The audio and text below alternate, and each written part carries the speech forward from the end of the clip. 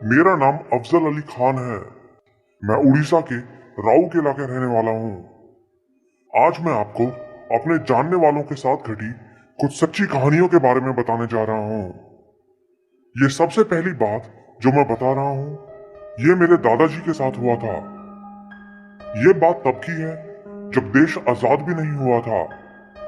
उन दिनों मेरे दादाजी ब्रिटिश आर्मी में थे, तो उन दिनों उनकी ड्यूटी कराची के समुद्र के पास लगी थी। वो हर रात उस समुद्र के पास गश्त लगाने जाते थे। तो उस रात भी वो उस समुद्र के पास ही गश्त लगा रहे थे। तो उन्होंने देखा कि समुद्र में थोड़ा दूर एक लड़की पत्थर पर बैठी अपने बाल बना रही थी। उसको देख के दादाजी को बहुत हैरानी हुई कि इतनी रात कौन लड़की ऐसे समुद्र के अंदर बाल बना रही है। तो वो चुपके से उस लड़की के पास जाने लगे, उसको ठीक से देखने के लिए। लेकिन उस लड़की को पता नहीं कैसे पता चल गया, उसने एकदम से मुड़ के दादा की तरफ देखा और उसी वक्त पानी में कूद गई। उसके कूदते ही दादा भाग के पानी में गए उसको देखने के लिए, लेकिन तब तक वो गायब हो चुकी थी। उस दिन के बाद भी दादा बहुत बार रात में उस समुद्र के पास जाते उस लड़की को देखने के लिए, लेकिन वो लड़की उन्हें फिर कभी नहीं दिखाई दी। दादाजी बताते थे कि वो लड़की पक्का एक जलपरी थी। ये दूसरी कहानी तब की है जब देश आजाद हो चुका था। देश आजाद हो जाने के बाद दादा की सरकारी नौकरी लग गई थी। वो राउरकेला स्टील प्लांट में काम किया करते थे। एक बार उनके गांव में बाढ़ आ गई थी, जिसकी वजह से बहुत नुकसान हुआ था। बहुत से लोग मारे भी गए थे। लेकिन दादाजी तब गांव में नहीं रहते थे। तो बाढ़ का पानी उतर जाने के कुछ दिन बाद एक बार दादाजी ने सोचा कि गांव जाके उनके घर की मरम्मत कर ली जाए। तो उस दिन उन्होंने दिन भर घर की साफ सफाई की और फिर रात में खाना खा के सोने लगे। तो सोते सोते उनको टॉयलेट लगी, तो वो डब्बा उठा के गांव के पीछे खेत में चले गए। वहां वो जिस जगह बैठे थे वहां एक बहुत बड़ा और पुराना पीपल का पेड़ लगा था। दादाजी वहां बैठे ही थे कि तभी उन्होंने देखा कि एक आदमी उस पीपल के पेड़ से नीचे उतर रहा था। वो देख के दादाजी को बहुत हैरानी हुई कि इतनी रात कौन पीपल के पेड़ पर चढ़ा हुआ था। अंधेरे की वजह से उनको साफ साफ दिखाई भी नहीं दे रहा था। तो उन्होंने दूर से ही आवाज देके पूछा, कौन हो भाई और झाड़ पे क्या कर रहे हो? तो वो आदमी बोला, अरे जहीर, हमको नहीं पहचाने क्या? दादा बोले, नहीं, मैंने नहीं पहचाना। तो वो आदमी बोला, अरे हम तिवारी हैं, बाढ़ से हम डूब के मर गए थे, इसीलिए तब से हम इसी झाड़ पे ही रहते हैं। इतना बोलकर वो आदमी फिर से उस पेड़ के ऊपर चढ़ गया। वो देखते ही दादाजी ने डब्बा वहीं फेंका और वहां से भाग गए। ये अगली कहानी भी आज से करीब 50 साल पहले की है। दादा एक बार ट्रेन से अपने गांव जा रहे थे। तो अपने स्टेशन पर जब वो पहुंचे तो रात हो चुकी थी। सर्दियों का मौसम था, ठंड भी बहुत पड़ रही थी। स्टेशन से निकलकर वो बस अड्डे की तरफ जाने लगे अपने गांव की बस पकड़ने के लिए। लेकिन बस अड्डे पर पहुंचे तो देखा कि टाइम ज्यादा होने की वजह से वहां एक भी बस नहीं थी। यहां तक कि दूर दूर तक कोई आदमी भी नजर नहीं आ रहा था। तो दादा ने सोचा कि अब सुबह तक बस के आने का कौन इंतजार करेगा, मैं पैदल पैदल ही निकल पड़ता हूं। वहां से उनका गांव 5-6 किलोमीटर दूर था। तो दादाजी अकेले ही पैदल पैदल अपने रास्ते जाने लगे। लेकिन कुछ दूर जाने के बाद उनको अपने पीछे किसी के चलने की आवाज सुनाई दी। दादाजी खुश हो गए, उनको लगा कि चलो कोई तो मिला साथ देने के लिए। उन्होंने पलट के देखा तो एक आदमी पीछे पीछे आ रहा था। तो दादा ने वहीं से उसको आवाज दी, पूछा, कौन से गांव जा रहे हो भाई? लेकिन उस आदमी ने कोई जवाब नहीं दिया, बस चुपचाप खड़ा हो गया। दादाजी भी फिर कुछ नहीं बोले और चलते रहे। वो आदमी लगातार दादाजी के पीछे पीछे ही आ रहा था, लेकिन उनके रुकते ही वो भी रुक जाता। दादा उसको देखने के लिए जब दाएं मुड़ते तो वो बाएं हो जाता, और जब बाएं मुड़ते तो वो दाएं हो जाता। दादाजी बहुत परेशान हो गए कि यह आदमी कौन है जो मुझे इतना परेशान कर रहा है।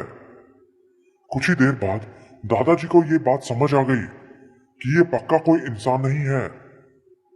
रास्ते में ही एक जगह पड़ती थी जहां 3 पुल बने थे। लोग बताते थे कि उन पुल के ऊपर एक शैतान रहता है। दादाजी समझ गए कि ये जरूर वही शैतान है, तो पुल को पार करते हुए वो आयतुल कुर्सी पढ़ने लगे, और वो पढ़ते पढ़ते ही उन्होंने वो तीनों पुल पार कर लिए। तीसरा पुल पार करने के बाद जब उन्होंने पीछे मुड़ के देखा तो वो आदमी वहीं पुल के ऊपर ही खड़ा था और उनकी तरफ देख के हाथ हिला रहा था। ये अगली कहानी एक खबीस की कहानी है। ये आज से करीब 25 साल पहले मेरे अब्बा के साथ हुआ था। उस जमाने में आबादी बहुत कम हुआ करती थी। मेरे अब्बा का एक किराने का स्टोर था और वो उसी पे बैठा करते थे। उनका एक दोस्त भी था जिसने अब्बा से कुछ कर्जा लिया हुआ था, जिसे वो रोज थोड़ा थोड़ा दे के चुकाता था। अब्बा की आदत थी कि वो हर रात 10 बजे अपनी दुकान बंद करके अपने उस दोस्त के यहाँ चले जाते थे बातें करने के लिए, और उससे पैसे भी ले आते थे। तो एक रात ऐसे ही रोज की तरह अब्बा अपने दोस्त के घर से रात करीब 12 बजे वापस आ रहे थे। वो सर्दियों का मौसम था। बीच में एक रास्ता पड़ता था जो कि बिल्कुल सुनसान रहता था। तो अब्बा जब उस रास्ते पे पहुंचे तो उन्होंने देखा कि वहां कूड़े के ढेर के बीच में एक आदमी सो रहा था। अब्बा ने सोचा कि कौन बेचारा इतनी ठंड में ऐसे कचरे के ढेर में सो रहा है। तो अब्बा उसके पास गए और बोले, अरे भैया, ऐसे क्यों कचरे के ढेर में पड़े हो? तुमको ठंड नहीं लग रही क्या? उन्होंने बस इतना ही बोला था कि वो आदमी गुर्राते हुए उनसे बोला, तू रोज इधर से ही जाता है ना, मैं रोज तुझे देखता हूं, तो चुपचाप अपने रास्ते चला जा। उसकी बात सुनते ही अब्बा समझ गए कि ये कोई इंसान नहीं बल्कि खबीस है। खबीस एक ऐसा जिन होता है जिसको गंदगी वाली जगहों पर रहना पसंद होता है। उस दिन के बाद वो फिर कभी अब्बा को दिखाई नहीं दिया। ना ही अब्बा ने वहां से आते हुए कभी उस कचरे के ढेर की तरफ देखा।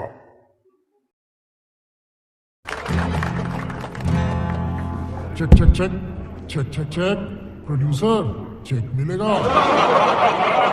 नो, आजकल टैलेंट की कोई कदर ही नहीं है। Anyway, hi I am Raj. वो फिल्मी वाला नहीं है, तो सोच। ये कहानी जो मैं अब बता रहा हूं, ये आज से 19 साल पहले की है, जब मैं 15 साल का था। मेरे भाई की एक किराने की दुकान थी, और जिस एरिया में वो दुकान पड़ती थी वहां चोरी वगैरह होने का बहुत डर रहता था। तो एक दिन मेरी अम्मी मुझसे बोली कि जब तेरा भाई रात में दुकान बंद करके आ जाता है तो तू दुकान पे ही जाके सो जाया कर, उससे दुकान की हिफाजत भी हो जाएगी। लेकिन मैंने कहा कि मुझे वो एरिया पसंद नहीं है, मैं वहां नहीं सोऊंगा। लेकिन अम्मी ने मुझे जबरदस्ती वहां भेजने के लिए मना लिया। हर रात मैं खाना खा के वहां सोने चला जाता था। फिर एक दिन जब मैं दुकान में गया तो मुझे वहां से एक अजीब सी स्मेल आ रही थी, जैसे अगरबत्ती में से आती है। दुकान में एक अगरबत्ती का बॉक्स भी रखा हुआ था। मैं समझ गया कि वो स्मेल जरूर उसी बॉक्स में से ही आ रही होगी। उसके बाद मैं वहीं सो गया। लेकिन फिर सोते सोते रात में अचानक कोई मेरे ऊपर आके बैठ गया। वो बोझ इतना ज्यादा था कि मेरे मुंह से आवाज भी नहीं निकल पा रही थी। मैं मन ही मन दुआएं पढ़ने लगा, तो दुआएं पढ़ने से वो बोझ मेरे सीने से हट गया। मैं उसी वक्त तेजी से वहां से भागता हुआ अपने घर आ गया और घर वालों को वो पूरी बात बताई। तो अम्मी बोली कि ये पहले से ही वहां नहीं जाना चाहता था, ये जरूर वहां ना सोने का बहाना बना रहा है। मेरी बात पर किसी ने यकीन नहीं किया फिर एक हफ्ते बाद मैं फिर से उस दुकान में सो रहा था तो रात में फिर से मेरे साथ वैसा ही हुआ। मुझे अपने सीने पे बहुत ज्यादा बोझ महसूस होने लगा। मैं किसी तरह वहां से भागा और अपने घर आ गया। मैंने अपने घर वालों से बोला कि मैं उस दुकान पर अब नहीं सोऊंगा, चाहे कुछ भी हो जाए। तो मेरे भाई ने मुझसे कहा कि भूत वूत कुछ नहीं होते। उसने कहा कि वो अब खुद मेरे साथ दुकान में सोएगा। और फिर अगली रात हम दोनों दुकान में सोने के लिए पहुंच गए। मेरे भाई ने कहा कि मैं तेरी जगह सोता हूं और तू जाके कोने में सो जा। मैं मन ही मन सोच रहा था कि बस आज वो भूत आके भैया को पकड़ ले तो इन्हें पता चलेगा कि मैं झूठ नहीं बोलता हूं। यही सब सोचते सोचते मेरी आंख लग गई। फिर रात में मुझे मेरे भाई के चिल्लाने की आवाज सुनाई दी, अफजल अफजल जल्दी उठ। वो मुझे जोर जोर से पकड़ के हिला रहा था। मैं उठा तो वो बोला कि जल्दी से यहां से भागो। तो हम दोनों वहां से भागने लगे। मेरे भाई ने बताया कि वो भूत उसके सीने पर आके बैठ गया था, लेकिन वो जैसे ही चिल्लाया कि कौन है तो वो वहां से भाग गया। तब जाके घर के सब लोगों को यकीन हुआ कि मैं झूठ नहीं बोलता था। तो अगले ही दिन मेरी मम्मी ने एक मौलाना को बुलाकर दिखाया तो उन्होंने बताया कि कुछ दिन पहले तुम्हारी दुकान के पीछे वाली गली में एक जिन्नात का लश्कर जा रहा था। तो उनमें से एक जिन तुम्हारी दुकान में अगरबत्ती की महक से वहीं रुक गया है और वही तुमको परेशान कर रहा है। मौलाना ने हमसे वो अगरबत्ती का डब्बा दुकान से हटा देने को कहा। उसके बाद उन्होंने पूरी दुकान को कुछ पढ़ के बांध दिया। उसके बाद से मेरे साथ फिर कभी वैसा कुछ नहीं हुआ। ये अगली कहानी एक छलावे की है। ये बात साल 2008 की है, जब मैं हैदराबाद के एक रिजॉर्ट में जॉब करता था। रहने के लिए वहां हमको एक घर भी मिला हुआ था। मैं और मेरा एक दोस्त अजय, हम दोनों बहुत अच्छे से वहां रह रहे थे। रात में जब भी हमें टॉयलेट के लिए जाना होता था तो हम उस घर के सामने लगे एक इमली के पेड़ के नीचे जाके टॉयलेट कर आते थे। लेकिन हम दोनों को ही बहुत बार ऐसा महसूस होता था कि जब हम उस पेड़ के नीचे खड़े होते थे तो कोई ऊपर से सीटी मारता था। तो एक दिन हमने मैनेजर से बोल दिया कि हम उस घर में नहीं रहना चाहते, हमें कोई दूसरा कमरा दे दो। तो मैनेजर बोला कि उस कमरे के अलावा तो कोई कमरा खाली नहीं है, तुम चाहे तो ऑफिस में सो सकते हो। तो हम तैयार हो गए। फिर एक रात जब हम ऑफिस में सो रहे थे तो मेरी आंख खुल गई। मैंने देखा कि अजय सामने ऑफिस की अलमारी से कुछ फाइल्स निकाल के देख रहा था। वो देख के मुझे बहुत हैरानी हुई, क्योंकि अजय को तो पढ़ना लिखना बिल्कुल आता ही नहीं था। मैंने लेटे लेटे ही अजय को आवाज दी, अरे अजय, ये क्या कर रहा है, सो जा, सुबह देख लियो। लेकिन अजय कुछ नहीं बोला। मेरे बार बार बोलने पर भी जब वो कुछ नहीं बोला तो मैं उठ के उसके पास गया और उसके कंधे पर हाथ मारा। लेकिन उसके कंधे पर हाथ लगाते ही वो उसी वक्त मुझसे बहुत दूर जाके खड़ा हो गया। वो देख के मुझे तो एकदम से कुछ समझ ही नहीं आया। मैं उसको देखते हुए ही उस पलंग पे बैठ गया जिसपे वो सोया करता था। पलंग पे बैठा तो मुझे अजय अपने पलंग पर ही सोता दिखाई दिया।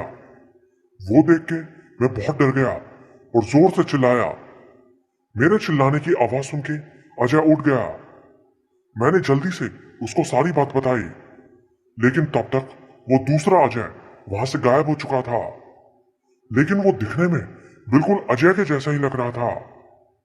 फिर अगले दिन हमने वहां रहने वाले पुराने लोगों से पूछा तो पता चला कि बहुत दिन पहले 3 भाइयों ने जायदाद के चक्कर में अपने सबसे छोटे भाई को मार के वहां एक कुएं में डाल दिया था।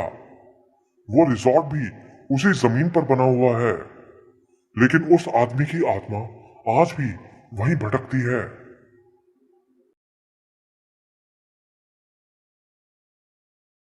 ये